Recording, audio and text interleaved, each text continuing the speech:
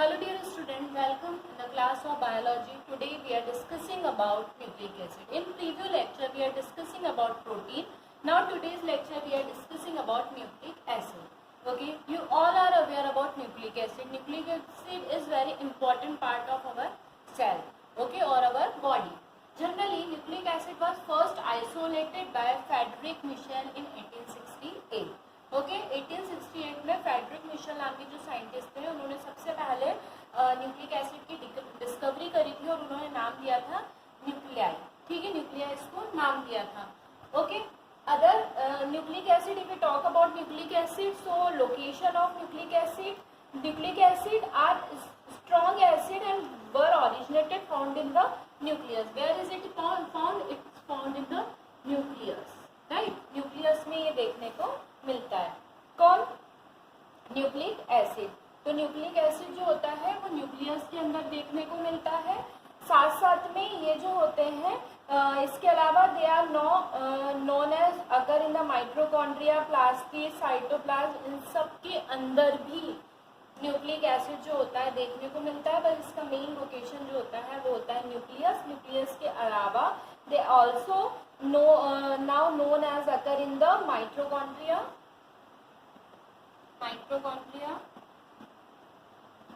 plastid. Okay, other than that plastid के अलावा ये साइटोप्लाज्म में भी, साइटोप्लाज्म, इन सब जगहों पे क्या होता है, इसका न्यूक्लिक एसिड का लोकेशन देखने को मिलता है. कंपोजिशन की बात करते हैं तो न्यूक्लिक एसिड जो होता है कॉम्प्लेक्स स्ट्रक्चर होता है जिसका मॉलिक्यूलर वेट कैसा होता है, बहुत ज़्यादा हाई देखने को मिलता है.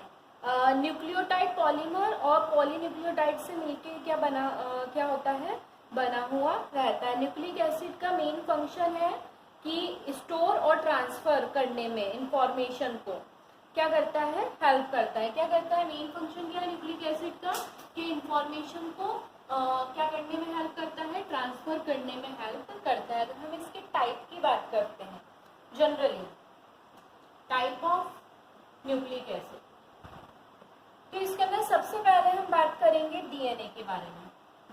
You all are aware about DNA. हमारा जेनेटिकल मटेरियल होता है जो एक तरीके का न्यूक्लिक एसिड है जिसको बोला जाता है deoxy ribose nucleic acid. Okay, इस नाम से इसको जाना जाता है जिसको हम बोलते हैं डीएनए, राइट. अगर हम डीएनए की बात कर रहे हैं तो डीएनए जो होता है हमारे अंदर हमारा जेनेटिकल मटेरियल होता है.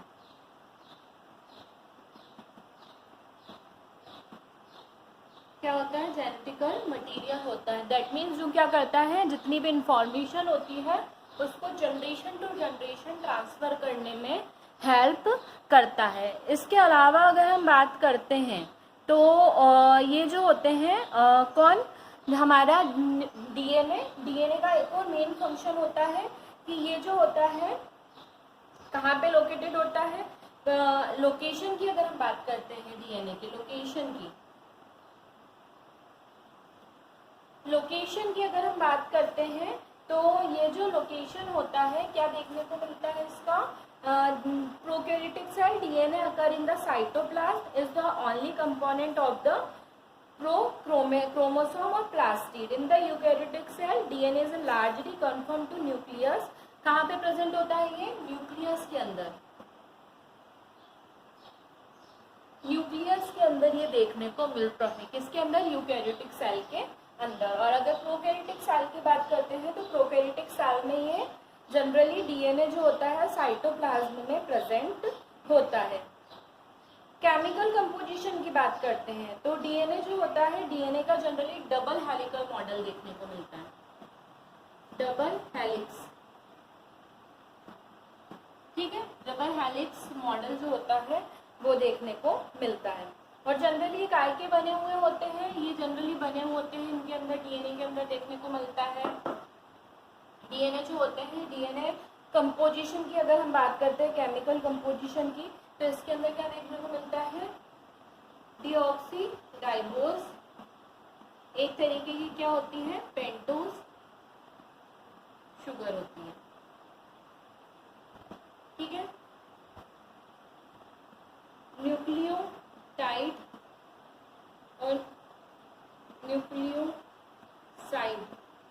देखने को मिलता है। ठीक है, अगर हम न्यूक्लियोटाइड और न्यूक्लियोसाइड की बात करते हैं तो ये इसके अंदर देखने को मिलते हैं। इसके अलावा इसके अंदर नाइट्रोजन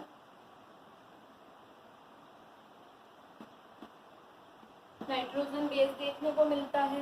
ठीक है, purine, pyrimidine, adenine, guanine, cytosine, है ना, ये सब इसके अंदर देखने को मिलता है। इस तरीके का क्या होता है, इसका केमिकल कंपोजिशन देखने को मिलता है। तो मैंने आप लोगों को डीनेचुरेशन और रीनेचुरेशन के बारे में ऑलरेडी बता चुकी हूँ। तो हम यहाँ पे समझेंगे डीएनए जो आता है, डीएनए की डबल हेलिकल मॉडल को हम यहाँ पे समझेंगे, जो किसने दिया था, वॉटसन और क्रिक, दो साइंटिस्ट थे जिनको इस मॉडल को देने के लिए क्या मिला था, नोबेल प्राइज मिला था। वॉटसन एंड क्रिक जो थे, ये दोनों साइंटिस्ट थे। इन्होंने सबसे पहले डीएनए के डबल हेलिकल मॉडल को क्या करा था, डिस्कवर किया था। इसलिए इसको वॉटसन एंड क्रिक मॉडल के नाम से भी जाना जाता है। इसके लिए इनको क्या मिला था, नोबेल प्राइज मिला था। और ये जो थे, इन्होंने इसके डबल हेलिक्स स्ट्रक्चर को डिफाइन किया था। ठीक है, तो क्या है डबल हेलिक्स स्ट्रक्चर वॉटसन और क्रिक का, उसके बारे में हम समझेंगे। ठीक है, कुछ इस तरीके का देखने को मिलता है डबल हेलिकल स्ट्रक्चर। किसका डबल हेलिकल स्ट्रक्चर, डीएनए का। ठीक है, डीएनए का ये क्या है, डबल हेलिक्स स्ट्रक्चर। अगर हम इसकी बात करते हैं डबल हेलिकल स्ट्रक्चर की, तो इसमें हमको क्या देखने को मिलता है, डबल, आप देखेंगे दो हेलिक्स देखने को मिल रहे हैं। मतलब जैसे रस्सी होती है ना, रस्सी के जैसे डीएनए की दो स्ट्रैंड आपस में एक दूसरे में क्या होती है, गुथी हुई रहती है, इसलिए इसको डबल हेलिक्स बोला जाता है। ठीक है, और वॉटसन और क्रिक ने इसे दिया था कि अगर हम जब इसे खोलते हैं तो इस तरीके की दो स्ट्रैंड होती है। एक होती है 3' से 5' एंड वाली, और एक होती है 5' से 3' एंड वाली। मतलब ये कैसे होते हैं, एक दूसरे के एंटी पैरेलल देखने को मिलते हैं। इसके अंदर क्या देखने को मिलता है कि ये जो होते हैं, इन दोनों की जो दूरी होती है वो होती है 20 एंगस्ट्रॉम। ठीक है, और पूरा स्ट्रैंड जो होती है उसकी लेंथ होती है 34 एंगस्ट्रॉम। इसको बोला जाता है माइनर ग्रुव, और ये जो होता है इसको बोला जाता है मेजर ग्रुव। ठीक है, ये जो एक हेलिकल का जो कॉइल्ड फॉर्म होता है, इसकी डिस्टेंस होती है 2.4 एंगस्ट्रॉम।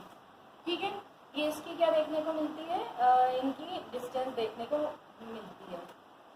हमेशा क्या देखने को मिलता है, इसके अंदर डीएनए जो होते हैं, डीएनए के अंदर ये आपस में एक दूसरे से क्या होते हैं, यहाँ पे डीऑक्सीराइबोज शुगर होती है और यहाँ पे नाइट्रोजन बेस देखने को मिलते हैं। एडेनिन डबल बॉन्ड से थाइमिन और ग्वानिन ट्रिपल बॉन्ड से साइटोसिन से जुड़ा हुआ रहता है। एडेनिन ऑलवेज डबल बॉन्ड से जुड़ा होगा। ठीक है, किससे जुड़ा होगा, थाइमिन से। और ग्वानिन ट्रिपल बॉन्ड से किससे जुड़ा होता है, साइटोसिन से। और एक के अंदर टोटल कितने 10 बेस पेयर जो होते हैं, बेस पेयर देखने को मिलते हैं। मतलब ये जो है इनके 10 पेयर एक के अंदर देखने को मिलते हैं। फिर ये होगा, फिर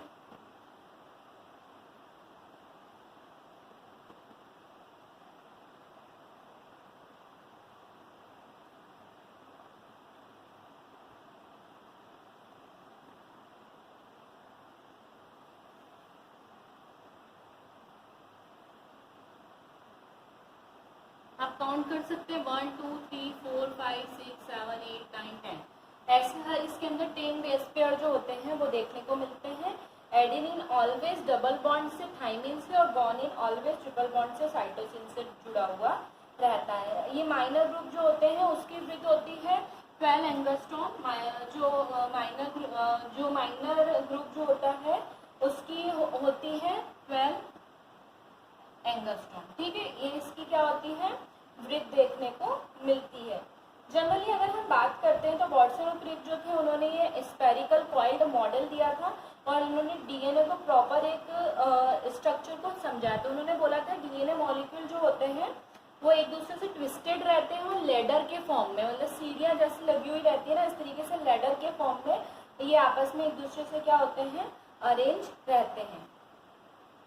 इसके अलावा डीएनए जो होते हैं 5 प्रकार का फॉर्म फॉर्मेशन करते हैं, कौन कौन से डीएनए होते हैं? DNA A, B, C, D, okay, and Z. ये 5 प्रकार के डीएनए जो होते हैं, इनका 5 प्रकार के डीएनए का फॉर्मेशन जनरली देखने को मिलता है। और इनके अंदर ये जो होते हैं, ये जितने भी डीएनए जो होते हैं, ये डीएनए ही क्या करते हैं, जेनेटिकल इंफॉर्मेशन को one generation to next generation क्या करते हैं, ट्रांसफर करने में हेल्प करते हैं। और ये क्या है, डीएनए का double helical structure. Okay okay, nucleic acid में हमने डीएनए पढ़ा। डीएनए के अंदर एक और टॉपिक पढ़ेंगे, that is genetic code. The particular sequence of base in the each polynucleotide chain is known as primary sequence of DNA, and this primary sequence form a this primary sequence of DNA form a genetic code। मतलब क्या होते हैं कि जो polynucleotide जो होते हैं, उनकी जो एक चेन होती है बेस पेयर में, वो क्या कहलाते हैं, प्राइमरी सीक्वेंस कहलाती है। और ये प्राइमरी सीक्वेंस जो होती है डीएनए की, यही कहलाते हैं जेनेटिकल कोड।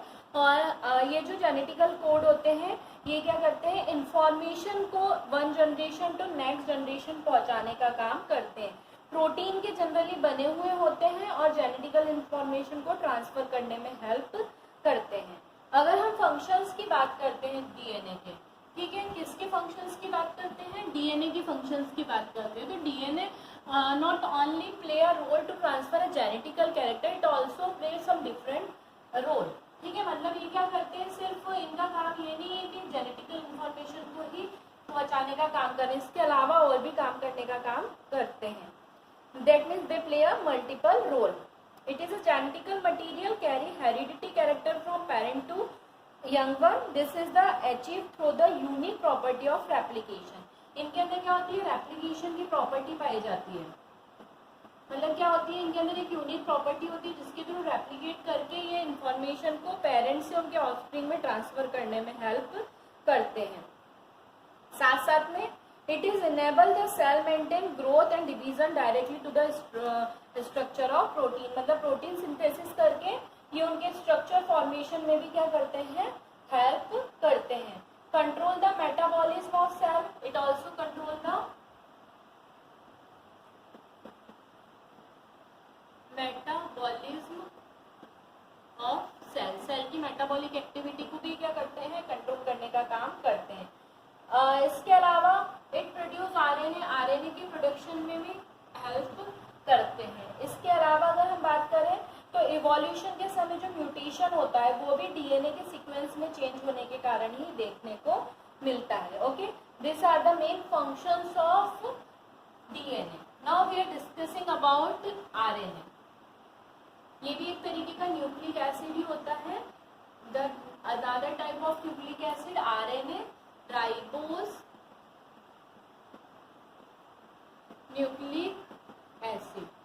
ओके, अगर हम राइबोज न्यूक्लिक एसिड की बात करते हैं तो ये जो होते हैं, ये कहाँ पे होते हैं, मेनली प्रोकैरियोटिक सेल में देखने को मिलते हैं। यूकैरियोटिक सेल में भी प्रेजेंट होते हैं, पर ये जेनेटिकल इंफॉर्मेशन को ट्रांसफर करने में नहीं करते हैं हेल्प। ये जनरली प्रोटीन और इनके सिंथेसिस में और डीएनए के फॉर्मेशन में और इन सब में क्या करते हैं, हेल्प करते हैं। राइबोसोम जो होते हैं जनरली 3 टाइप के देखने को मिलते हैं। 3 टाइप के राइबोसोम देखने को मिलते हैं, ठीक है। एमआरएनए, टीआरएनए एंड आरआरएनए, ठीक है। MRNA that means messenger RNA, ठीक है, ट्रांसफर